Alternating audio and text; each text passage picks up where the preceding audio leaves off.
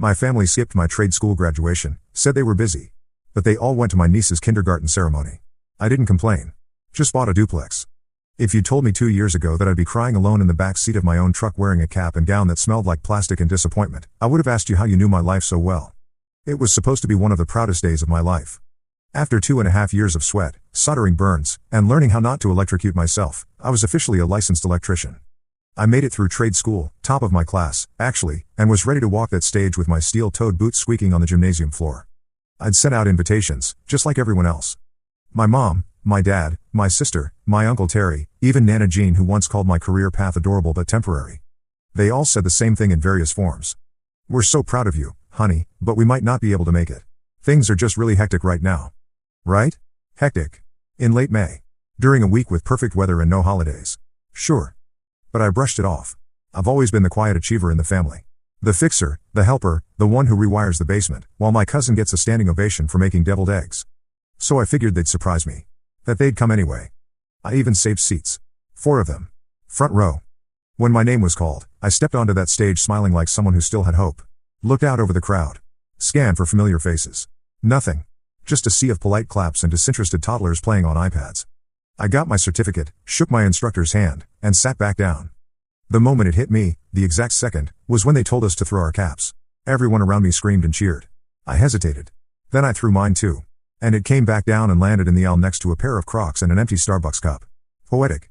Afterward, my classmates were surrounded by moms with flowers, dads with video cameras, siblings doing TikTok dances. I walked myself to my truck, climbed into the driver's seat, and stared at my certificate. It was rolled up and tied with a red ribbon that someone's grandma had probably volunteered to curl. I unrolled it slowly and read it like I didn't already know what it said. Tyler James Cartwright, Certificate in Electrical Technology, with distinction. Then I sat in silence, the kind of silence that makes your ears ring. I didn't even turn the radio on. Just sat there, sweaty in my gown, while the AC rattled and a graduation balloon bounced sadly against my passenger window. The clerk at Party Barn had told me the balloon would last all week. It barely lasted the drive home. I tossed it in the trash when I got back to my apartment. I didn't text anyone. I didn't post anything. I didn't want pity comments or "you'll get them next time" messages from people who still think trade school is where you go when you flunk out of life. I just changed out of my gown, took a long shower, and made myself a grilled cheese with extra cheese. Because if no one else was going to celebrate me, then damn it, I'd celebrate myself with lactose. That night, I lit a candle, cracked a cold one, and hung my certificate on the wall next to my old high school diploma, the one my parents had made a huge deal about. I'd graduated high school with average grades and a raging case of imposter syndrome, and they threw a backyard barbecue with matching t-shirts and a slideshow. This time? Just me. And the one tiny voice in my head whispering, "You did it." 2 days after graduation, I was scrolling through Facebook while waiting for my laundry to finish spinning its way into wrinkled chaos. I wasn't looking for anything in particular, just half zoning out, half wondering if anyone had posted about the graduation I'd already emotionally filed under events that never happened. That's when I saw it. A photo album titled, "Our Little Graduate Graduation Cap Emoji, 2 hearts, so proud of Lily's big day." Lily, my 5-year-old niece. My sister Megan's daughter. The same Megan who told me she was crazy busy with work and so bummed she couldn't make it to my trade school ceremony. There she was, Lily, front and center, holding a glittery cardboard diploma with one of those kindergarten-sized grins that could power a small city. And surrounding her? My entire family. Mom, Dad, Megan, Uncle Terry, Nana Jean, even Cousin Matt, who once said he doesn't do children's events because they smell like paste and regret. They were all there. Smiling, matching t-shirts that said, "Class of Cutie 2036. Someone even brought a damn balloon arch. There were 24 pictures in that album. 24. Not one of them featured me, obviously, but I counted how many times the word proud was used in the captions. 12, half the captions. One read, "So proud of our future leader." Another, "Couldn't miss this for the world, 2 heart sparkles." Oh, couldn't miss it? Weird. Because when it was my turn to walk across the stage, after wiring model breaker panels and passing a grueling state exam with a migraine, everyone suddenly had car trouble, dental work, and surprise deadlines. I stared at the photos a long time. Too long. You know when you look at something so long it starts to lose meaning? That happened somewhere around the shot of Nana Jean holding a kinder grad cutie sign and making duck lips. I didn't cry. Not this time. I just closed the app, sat on the floor next to my laundry basket, and laughed. One of those bitter, popcorn kernels stuck in your teeth laughs. It wasn't that I resented Lily. She's 5. Her biggest stress in life is whether she gets the glitter crayon before Ethan from pre-K does. But my family? They treated her kindergarten ceremony like the Met Gala. They gave my graduation the same energy people give when they cancel plans by pretending their cat got food poisoning. I didn't say anything. Didn't comment on the post. Didn't text Megan. I knew what would happen. She'd reply, "Oh my God, Tyler, you're being ridiculous. Lily's 5. Of course, we had to go. You'll have other graduations. Right. Because everyone knows you graduate trade school every other weekend. It's like brunch, right? I thought about confronting them. Then I thought about who that would serve. And the answer was, no one. Because my family wasn't going to wake up one day and say, hey, maybe we've treated Tyler like the family side quest his whole life. They'd just call me dramatic, oversensitive, bitter. So I didn't complain, didn't explain, didn't defend my worth. Instead, I made a new plan. If I wasn't going to be celebrated, I'd build a life that didn't need their applause. If they thought trade school was just something I did while I figured things out, then I was going to show them what figuring it out really looked like. No matching t-shirts, no balloon arches, no #family albums, just progress, quiet, determined, personal. So I opened a new savings account. Named it Duplex Fund. Then I got to work. People think trade school is the end of the journey. That once you get certified, you suddenly wake up with a toolbox full of money and a client list that books itself. Yeah, no. I started at the bottom, like everyone else. Apprentice pay, long days, weird hours. I worked for a small family-owned outfit where the trucks ran like they had PTSD and half the jobs required crawling under people's houses while avoiding spiders the size of emotional trauma. But I didn't complain. Not once. Because I had a goal now. A plan. I'd named my savings account Duplex Fund, not as a joke, but as a promise. Every Friday when my paycheck hit, I'd transfer a chunk into that account before I even touched rent, groceries, or the occasional very necessary bag of hot Cheetos. It didn't matter if it was $50 or $300, that money moved first. Like clockwork. While my friends were out at bars or posting pictures of skyline views with the caption Friday vibes, I was eating microwave rice bowls and watching YouTube videos about property taxes and foundation repair. At first it felt sad. Then it felt powerful. Because every dollar saved was one step closer to never having to beg for respect again. My truck was old. The AC worked about 40% of the time and the driver's side door creaked like a haunted house. But I kept it clean, patched what I could, and turned up the music to drown out the clanking. Sometimes I imagined what my family thought I was doing. Probably assumed I was still trying to figure out what I wanted to do. Maybe they thought I lived with roommates in a messy apartment with a milk crate coffee table and a vague sadness. Truth? I lived alone. Small studio. Not fancy, but clean. Paid my bills on time. My fridge wasn't full, but it wasn't empty either. I owned 3 real screwdrivers. That's 3 more than my dad ever bothered with. My mom would send the occasional hope you're doing okay text, usually sandwiched between a picture of her brunch and a Lily update. I always replied the same way. Yeah, I'm good. Working a lot. And that was true. I was working all the time. By month 4, I started picking up side jobs on the weekend, small stuff, wiring ceiling fans, swapping outlets. One time I fixed an elderly lady's light switch, and she paid me in banana bread and a $10 Starbucks card. I didn't care.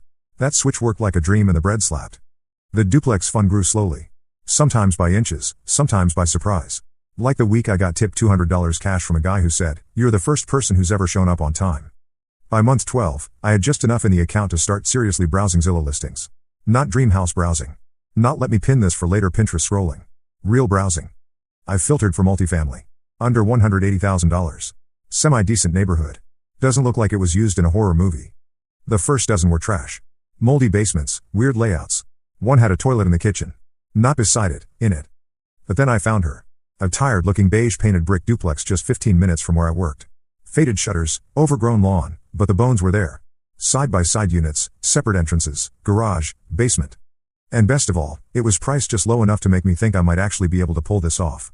I called the agent, booked a tour, and stood in the driveway 2 days later with my steel toes on and a clipboard in hand like I was auditioning for a home renovation show called Slightly Stressed, Moderately Hopeful. It smelled musty. The paint was peeling. The kitchen cabinets were straight out of 1993. But as I walked through that house, all I could see was potential. I didn't tell my family I was making an offer. Didn't post about it, didn't text anyone. Just me, my savings account, and a vision. And when the offer was accepted, I sat on my apartment floor with a beer, looked at the email, and whispered, "You did it, man." No applause. No balloon arches. Just silence and peace. Closing day felt like a fever dream wrapped in paperwork. I showed up to the title office in my only decent button-down, the one I usually saved for weddings and utility company complaints, and tried to act like signing a stack of legal documents didn't make me want to both throw up and weep with joy. The seller, a grumpy old guy named Ron, handed me the keys like he was giving away a burdensome child. "Needs work," he said. "The upstairs unit smells like fried onions in defeat. But it's solid." "Same could be said about me," I replied. He didn't laugh. But the receptionist did, and that was enough to keep my confidence intact. When I pulled into the driveway of my duplex for the first time, I sat there for a good 10 minutes before getting out. Just stared at it. The paint was a weird yellow tan that looked like it lost an argument with time, and the mailbox was hanging by one rusty screw, but it was mine. 2 units. 1 title. 0 backup plans. I walked up to the door and unlocked it, slow like I was expecting someone to stop me. No alarms went off. No one popped out yelling just kidding. I stepped inside. The floors creaked like a bad omen. The windows hadn't been cleaned since Obama's first term, and there was an entire family of spiders living in the corner of the bathroom like they'd been paying rent. But again, mine. The first night, I camped out in the downstairs unit with a sleeping bag, a frozen pizza, and a toolkit. It was 62 degrees inside, and the only light that worked was in the hallway, but I didn't care. I was warm in the way that mattered. Over the next few weeks, I worked every evening after my shift. Electrical work first, obviously, swapped out ancient light fixtures, rewired the crusty kitchen sockets, and installed motion lights out front so my future tenants wouldn't feel like they were auditioning for a crime documentary every time they got home. I painted, patched, caulked, and cursed, learned how to tile a backsplash with YouTube and sheer rage, hauled a vintage sofa out of the upstairs unit with my bare hands and nearly died when it tried to take me with it down the stairs. Almost broke my foot, but hey, character building. During this whole time, I never said a word to my family. Not when I closed. Not when I patched the first hole in the drywall. Not even when I found an old shoebox full of expired coupons in the attic labeled maybe later fund, do not throw out. Because it was my dream now. And I wasn't interested in the commentary section of people who only paid attention when there was cake involved. I thought about telling them, maybe texting mom a picture of the deed or casually dropping the phrase investment property into the group chat just to see who salivated first. But then I remembered that no one had time to show up for my graduation, that they'd all made matching signs for Lily's macaroni diploma, and had the gall to post it like a Hallmark ad. The more I thought about it, the more I realized this was exactly what I needed to do, build something without their validation, without their input, without their inevitable opinions about what I should be doing instead. I could already hear it. Real estate is so risky, Tyler. Are you sure you know what you're doing? Maybe you should have talked to your dad first. My dad, who still called a handyman every time a light bulb burned out. My mom, who thought my electrical work was cute but kept asking when I'd go back to school for something more stable. They'd find a way to make my success about their concerns, about how I was being reckless, about how I should have asked for help they never actually offered. I started keeping a mental list of all the times I've been the family's unpaid maintenance crew. The weekend I spent rewiring Megan's entire basement while she took Lily to a spa day. The time I drove 2 hours to fix Uncle Terry's garage door opener during a snowstorm, only to have him forget to mention it at Christmas dinner when he was bragging about his new contractor. The countless times I'd been the one who showed up with tools when something broke, and the one who got a casual thanks while everyone else got elaborate appreciation posts for bringing dessert to family gatherings. I thought about my high school friend Marcus, who'd gone the traditional college route and was now drowning in student loan debt while working at a coffee shop, still trying to find himself. His parents talked about his degree like it was a Nobel Prize, even though he was making less money than I was and living in their basement. But he had their approval, their pride, their matching t-shirts at graduation. Meanwhile, I was out here building actual wealth, actual skills, actual independence, and I was the family afterthought. The one who figured it out in a way that apparently didn't count because it didn't fit their narrow definition of success. It stung, but it also clarified something for me. I didn't need their approval anymore. I needed their absence from my decision-making process. So, I didn't say anything. Instead, I worked. I made a spreadsheet, listed rent prices, interviewed tenants, took reference calls from nervous cosigners. I even practiced saying, "We'll be doing a background check," in a tone that said I own clipboards and expectations. Eventually, I found them, Jamie and Nick. A teacher and a mechanic. Young couple, sweet, responsible, and genuinely excited to move into a place that didn't smell like despair. We signed the lease on a Wednesday. They moved in on Saturday. I gave them a welcome basket with local takeout menus, a plunger, and a bag of peanut M&Ms. It's what I'd want. That night, I posted one single photo to Instagram. Me standing in front of the duplex with a thumbs up and the caption, "Excited to welcome my first tenants. Duplex life begins." That was it. No tags. No drama. Just a simple fact. But apparently, facts travel. By the next morning, my phone was on fire. It started with a question from my mom. Just that, a single question mark, texted at 6:48 a.m. like I'd accidentally posted a photo of myself committing tax fraud. I didn't reply. By 7:15 a.m., the family group chat was alive for the first time in weeks. "Megan, wait, you bought a duplex? Since when? Uncle Terry, that's your place?" I thought it was a Craigslist joke. "Mom, are you serious about this, Tyler? Nana Jean, is this safe? Duplexes are for people in crime dramas." Megan again, "OMG, you should have told us." The notifications kept coming. Cousin Matt, who hadn't texted me in 3 years, suddenly appeared with "Dude, property owner now." That's wild. Even my dad's brother from Oregon, who I'd met maybe 5 times in my life, somehow found out and sent a friend request with a message about family supporting family and real estate ventures. It was fascinating, really. Like watching vultures circle, but the vultures were wearing holiday sweaters and had strong opinions about my life choices. Where were all these people when I was eating ramen for dinner 6 nights a week to save money? Where were they when I was watching YouTube videos about mortgage rates instead of going out with friends? I scrolled through years of group chat history, mostly them sharing photos of Lily's latest art project or Megan's new haircut, with my contributions being the occasional congrats or looks great.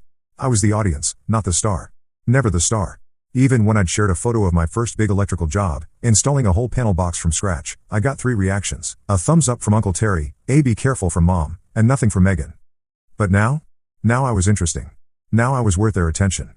It wasn't love, it was curiosity mixed with something that felt uncomfortably like envy. Yeah. Like I should have told you about my trade school graduation and how I walked across the stage to the sound of other people's applause and zero eye contact from my own bloodline. I let the text pile up. Mom sent a second one directly to me. You should have said something. We could have helped. That one made me laugh out loud in the middle of the Home Depot parking lot, holding a 3-pack of sink stoppers and a gallon of mildew-resistant paint. You could have helped? Like you helped when I asked if anyone could come to my graduation and got 12 variations of So Busy and Next Time? But again, I didn't respond. Because what was the point? My family hadn't really seen me in years. Not really. To them, I was the backup singer in the grand musical that was Megan and Lily's lives. The guy who fixed their lights, helped move their furniture, and got a pat on the head whenever he wasn't wearing grease-stained jeans. So now that I was wearing a metaphorical tie and holding a lease agreement? Now they cared. I told Jamie and Nick to ignore any cars that slowed down suspiciously up front. I knew my family's recon tactics. They weren't subtle. If Megan showed up with a pie, it meant she wanted info. If Mom sent a plant, it meant she was trying to dig roots in something she ignored until it bloomed. 3 days after the posts, I got the inevitable call from my dad. Hey, bud, he said in that voice he used when he wanted to sound casual, but was actually auditioning for an Oscar in the category of supporting actor in a surprised father role. Hey, I replied, dry as drywall. So, this duplex thing. That's real? Yep.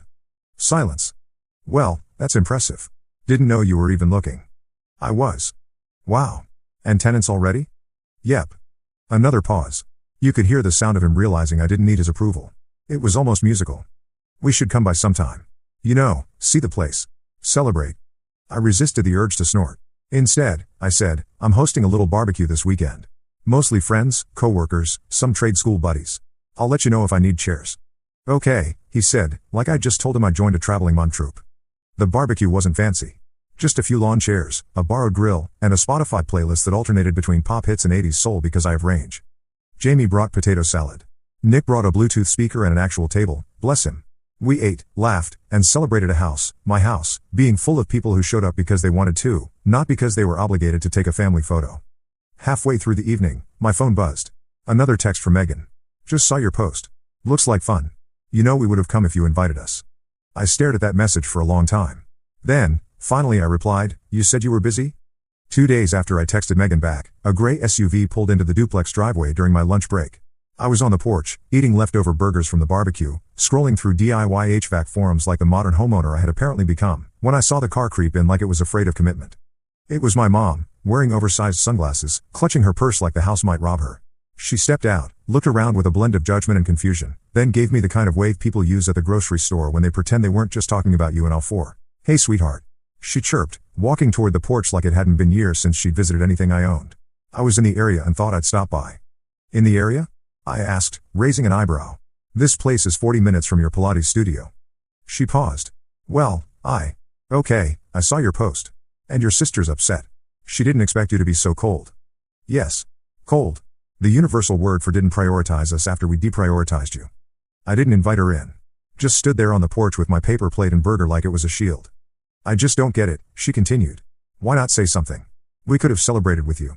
Helped? Like you helped with my graduation? Her jaw tightened. That was a misunderstanding. It was a pattern. Silence. She looked past me into the window. Probably saw the new laminate floors I installed with my own 2 hands. The framed lease agreement on the wall. The life that was building itself, brick by brick, without her. I know we've made mistakes, Tyler, she said quietly. But this, cutting us out? It's extreme. I shrugged. It's not about cutting anyone out. I just stopped waiting for people to show up. She sighed. A long, theatrical sigh that deserved its own stage lighting. You've changed, she said, not quite kindly. I had to. The weight of that statement hung between us like a bridge neither of us wanted to cross. I thought about the person I used to be, the one who would have apologized for making her drive 40 minutes, who would have invited her in for coffee and pretended everything was fine. The one who would have downplayed my accomplishments to make everyone else comfortable. Oh, it's not that big of a deal, I would have said. I just got lucky with the timing. But that version of me was exhausted. He'd been running on fumes for years, powered by the hope that if he just kept being helpful, kept being understanding, kept being the easy one, eventually someone would notice. Eventually someone would show up. Eventually someone would care as much about his wins as they did about a 5-year-old's finger painting. Standing there on my own porch, holding my own keys to my own property, I realized that the person I'd become wasn't bitter or cold. He was just done performing for an audience that had already decided he wasn't worth the price of admission. You know what the sad part is? I said finally. I would have been happy if even one of you had come. Just one. I would have forgiven all of it if just one person had shown up and said I'm proud of you. She looked at me then, really looked at me, and I saw something flicker across her face that might have been recognition. Or regret. Or both. Tyler. But you didn't. And now I don't need you to. She stared at me for a second longer, like she was trying to spot her old reflection in a mirror that didn't exist anymore.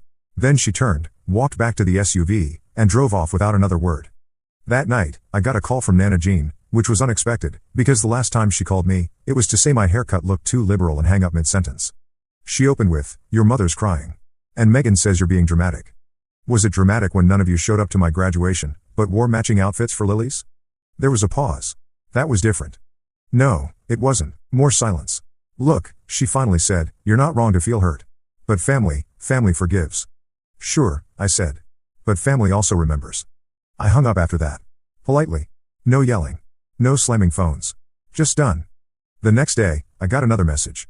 This time from Megan's husband, Corey, a man whose greatest life accomplishment was getting his real estate license and never using it, and who once compared my career to being like a fancy janitor. "Corey, look man, not to stir the pot, but this is kinda petty. Over a graduation? Come on. Just invite the fam over. Let it go." I didn't respond. Because it wasn't about a single graduation. It was about every dinner skipped, every celebration ignored, every time I fixed their outlets and got paid in. Thanks champ. While Daniel from Lily's daycare got a $500 gift card for turning 3. And now that I had something they could put on a family newsletter? Now they wanted in. Nah. I poured myself a beer, turned on some music, and grilled myself another burger, medium rare, with pickles and defiance. The porch light flickered once, then stayed on. Just like me. The family group chat imploded the next morning. It started with one of those long, overly punctuated texts from my mom, the kind where every sentence feels like it's trying to win most dramatic in a local Facebook moms group. "Mom, Tyler, this behavior isn't just hurtful, it's shocking. We are your family. We love you. But this wall you've put up is heartbreaking. I can't sleep. Megan's been crying. Please don't throw away your family over a misunderstanding." That word again. Misunderstanding. Like I'd misheard the silence when no one RSVP'd to my graduation. Like I'd misread the social media posts celebrating Lily's construction paper diploma. Like I'd misunderstood the years of being told I was so independent. Every time I asked for help and got a pat on the back and a coupon for fast food instead. I didn't respond. So naturally, Megan jumped in. "Megan, if you're gonna punish the whole family just because you didn't communicate, that's on you. We weren't trying to hurt you." Me, finally, "You didn't have to try. You just had to do nothing." Megan, wow. Dramatic much? And that's when it snapped. All of it. The years I bit my tongue. The thankless DIY repairs. The birthdays where I got a card and hope you're doing well while Megan got wine tastings and balloon deliveries. The constant narrative that I was fine and low maintenance, code for not worth the same effort. So I wrote one message. Not long. Not fancy. Just true. Me, this isn't about one graduation. It's about every time I showed up and you didn't. Every time I was the helper, the background character, the one who got told you were so strong when what I needed was support. And now that I've got something to show for myself, suddenly you want in? Nah. I'm good. I muted the chat after that. Didn't block them. Just silenced the noise. And for the first time, I didn't feel guilty about it. Later that week, Jamie brought over brownies and we ate them on the porch while watching Nick try to back the moving truck into the narrow driveway like he was playing emotional Jenga. "I heard your mom came by," she said gently. "Yeah," I said. "She brought guilt and opinions. Didn't stay long." Jamie smiled. "Well, if it helps, you seem lighter." I thought about it. I did feel lighter. Not because I'd cut people off, but because I'd finally stopped handing them scissors and calling it love. The next night, I found an envelope on my porch. No name. No stamp. Just one sheet of paper inside. "We're trying. We just didn't realize we needed to. Love, Mom." I stared at it for a minute. Then folded it up, set it on the kitchen counter, and let it sit there next to the light bill and a takeout menu. Because that's where it belonged now, in the background. Not front and center, not urgent, just there. The old me would have texted back immediately, would have said, "It's okay. I understand." Even when I didn't. But now I was learning that forgiveness doesn't have to mean access. That growth sometimes looks like saying, "I love you, but I'm not handing you the mic anymore." Later that week, Nick and I finally got the backyard fire pit working. We roasted marshmallows like we were 12 and argued about which 90s movie had the best soundtrack. And as I sat there, smoking my hoodie and chocolate on my fingers, I realized something. I didn't need a big confrontation. I didn't need a Hallmark ending or a perfect Instagram story. I just needed peace. And for the first time in my life, I built it myself. A month after the barbecue, I came home from a long job rewiring an old church basement and found a letter in my mailbox. No return address.